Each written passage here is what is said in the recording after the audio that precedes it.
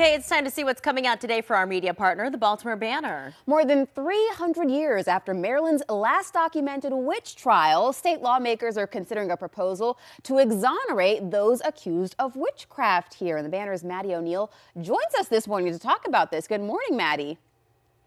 Morning. Thanks for having me. Yes, this is quite an interesting story. So tell us how lawmakers started to consider this.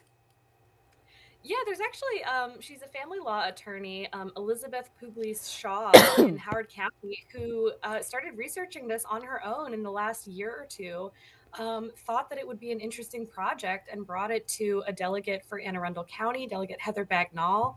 The delegate introduced this resolution, and so we're off to the races. It's up for consideration in Annapolis while lawmakers are here for their 90-day legislative session. And it's interesting because Delegate Bagnall said that, you know, one of the reasons that she wanted to bring this forward is because it reminds us of witch hunts that still exist today. People are still accused of witchcraft in the modern era in other parts of the world and can be attacked and really suffer for it. And so Maryland can set a precedent by exonerating the people who were accused of witchcraft here 300 or 400 years ago. Wow, very interesting all these years later. Can you just briefly tell us who some of these accused witches were in Maryland?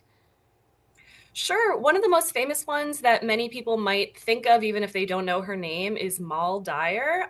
She lived near Leonardville, Maryland, what is now Leonardville, and she was an herbalist, and she was accused and blamed for a bad flu outbreak in St. Mary's County back in her era. And a group of villagers went to her humble cabin, and she fled into the forest. They burned down her cabin, and she died of exposure in the woods. She is said to have been the inspiration for the Blair Witch Project, although I recently spoke with one of the co-directors of that movie, and he told me they hadn't actually heard of her when they came up with the lore for the Blair Witch. It was just a coincidence that she ultimately had similarities to Moll Dyer. The other one of the more famous witches in Maryland, who was actually convicted and executed, is Rebecca Fowler. She worked her way out of indentured servitude and ultimately was accused and then hanged in October 1685 for witchcraft. She's the only person who was actually executed in Maryland's history. Wow. So you mentioned it's been introduced in the General Assembly. What's next, or what's the response been so far?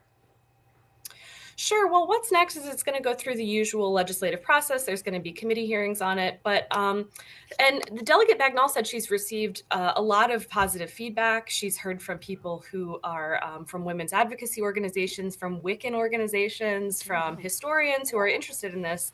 And so she's going to be opening the bill or the resolution up for sponsors shortly. But there has been some feedback from people who say, you know, is this really a good use of lawmakers' time, especially during a challenging budget year?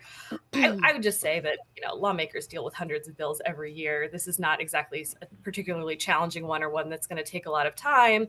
And it's, you know, one thing that works in its favor this year is that it doesn't cost any money. So Delegate Bagnall is hopeful that it will be successful and that Maryland will join Connecticut and Massachusetts as one of the other states that has exonerated its historic witches.